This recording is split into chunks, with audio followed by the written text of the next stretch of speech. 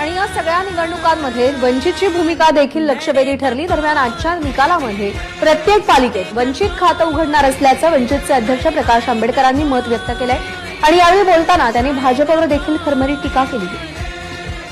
कसा प्रतिसाद देतील मतदार वंचित? ते आम्ही असं म्हणतोय की आम्ही असणाऱ्या प्रत्येक महानगरपालिकेमध्ये खातं उघडेल आमचं.